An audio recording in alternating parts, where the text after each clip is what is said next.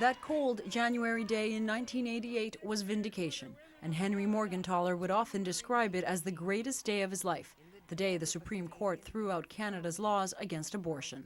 Bravo for the Supreme Court of Canada. Bravo for the women of Canada.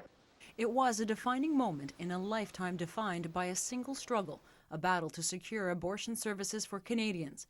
It would thrust Morgentaler into the center of a controversial issue. By turns, he was lauded as a hero, vilified as a baby killer. He never wavered. If I have to be a martyr, I'm willing. If I have no choice, I'm willing to suffer for this cause. The small, wiry Auschwitz survivor may have seemed an unlikely champion of women's rights. His history, he often said, fueled his desire to leave a mark. In 1969, he gave up a comfortable family practice and began openly performing illegal abortions. His message then would become a lifelong mantra. She alone should make the responsible decision whether she wants this pregnancy to continue or not. By taking on a system that only allowed abortions in hospitals and only with the consent of a hospital committee, Morgentaler launched a decades-long battle, pitting him against the federal government, the judicial system, police, abortion opponents, there were even snipers.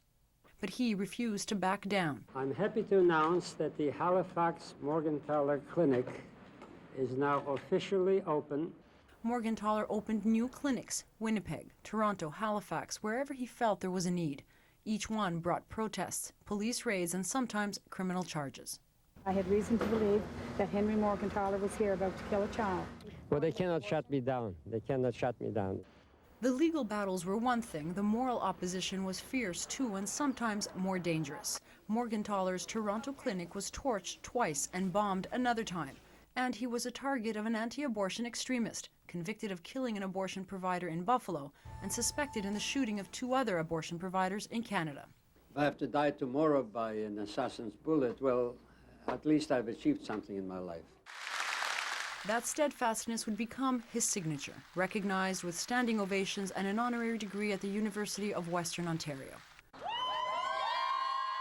But for a man, an icon, both revered and reviled, his could never be a neutral legacy. Joanna Rumiliotis, CBC News, Toronto.